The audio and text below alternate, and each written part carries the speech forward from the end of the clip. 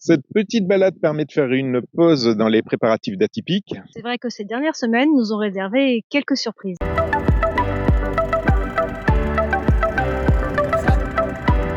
En matière de réparation, la goulotte de la chaîne d'encre a demandé une bonne demi-journée de travail.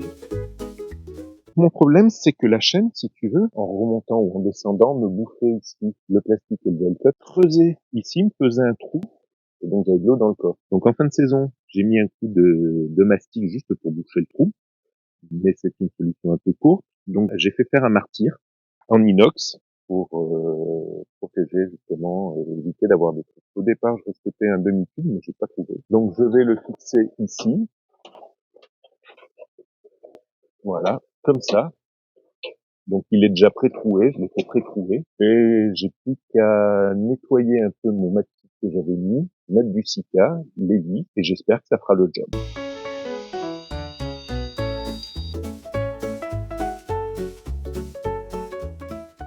Alors ça sert complètement à rien ce que je fais, sauf que ça me permet d'aplanir et c'est psychologique.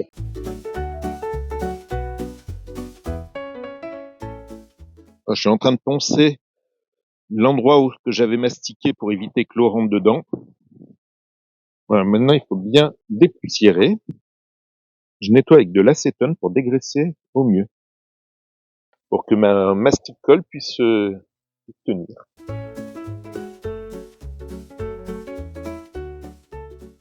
J'ai mis une rondelle devant, derrière, et surtout, c'est juste pour la présenter.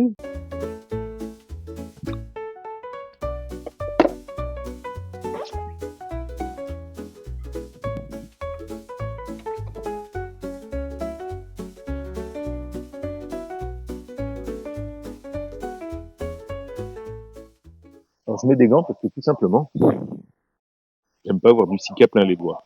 J'arrive quand même à m'en mettre malgré les gants.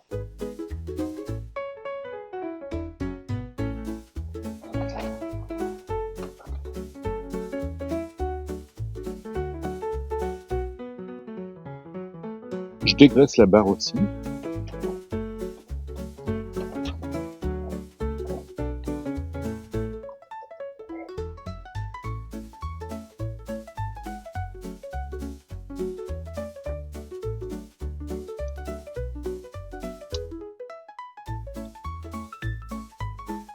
Voilà.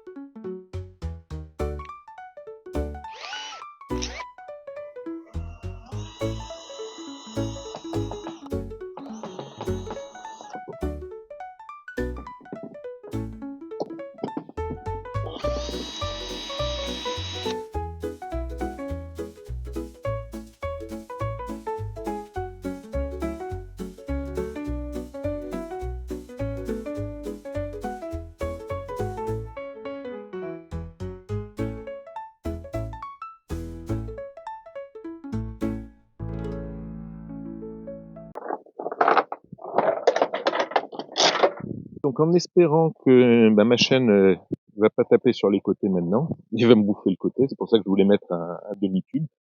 On va faire l'essai comme ça sera toujours mieux que ce qu'il y avait, ça c'est sûr. Dans les préparatifs du départ, une chose importante à faire bien sûr, c'est les vidanges de chaque moteur, changer les impellers sur chaque moteur, changer l'huile d'inverseur sur chaque moteur, et bien sûr, faire la même chose sur le groupe électrogène. Le groupe électrogène, parlons-en justement. Ça marche pas?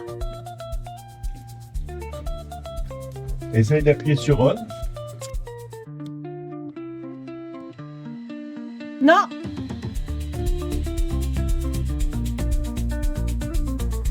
T'as sorti tout l'attirail là.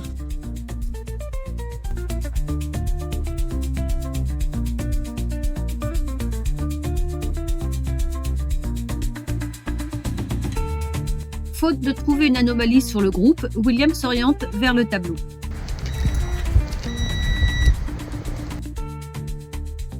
Le fautif était bien là, un faux contact rapidement remis au pli. Non mais...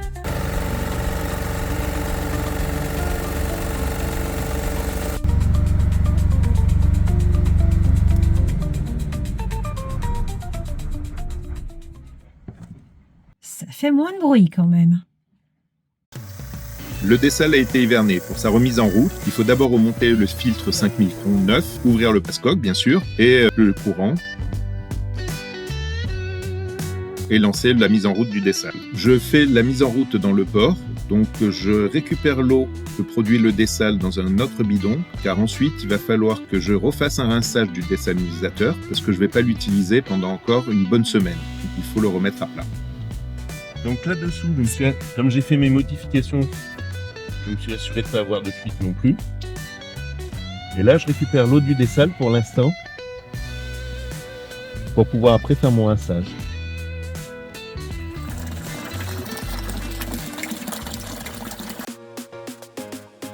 Puisque nous parlons d'eau, restons sur le même sujet. Voilà. Bon. Eh ben, j'ai bien galéré parce que je me suis aperçu, j'avais mis au tout départ mon préfiltre, mon filtre à charbon actif et mon filtre pour le calcaire. Les deux amis du port m'ont dit, ah, tiens, moi j'ai monté ça à l'envers, mais j'ai pas de calcaire. Moi j'avais toujours du calcaire. Vrai, faux, je sais pas, donc j'ai interverti ces deux filtres et puis j'ai galéré parce que je m'aperçois que celui-là et celui-ci ne sont pas les mêmes. Et j'avais interverti. Donc j'avais une fuite d'eau en permanence. Il a juste suffi que je remette le bon écrou au bon endroit. Et c'est tombé en marche. Une ligne de bière. Et ils me regardent pas comme ça m'a assez énervé. Pourtant ils sont identiques a priori. Et ben non, il doit y avoir une petite différence parce que depuis que j'ai remis la bonne vis avec le bon fitage, avec le bon capot, ça fluctue. Souvenez-vous aussi de nos problèmes d'humidité. Voici le résultat des petits déshumidificateurs après 3 bonnes semaines d'absence.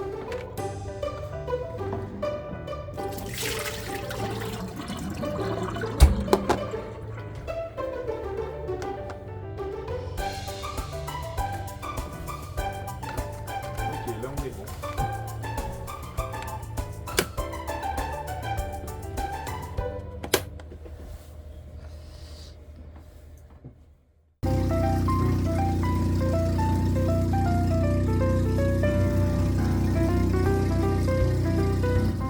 Ça chauffe.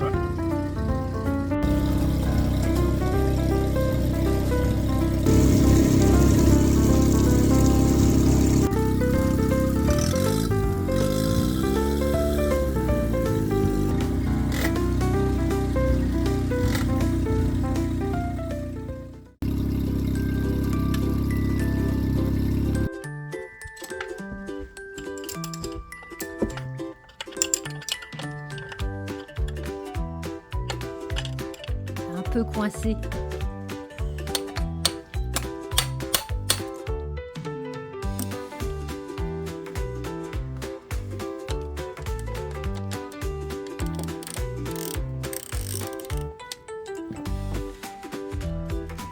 Après plusieurs vaines tentatives pour défaire ce boulon récalcitrant, il a bien fallu se résoudre à amener le moteur chez le mécanicien marine.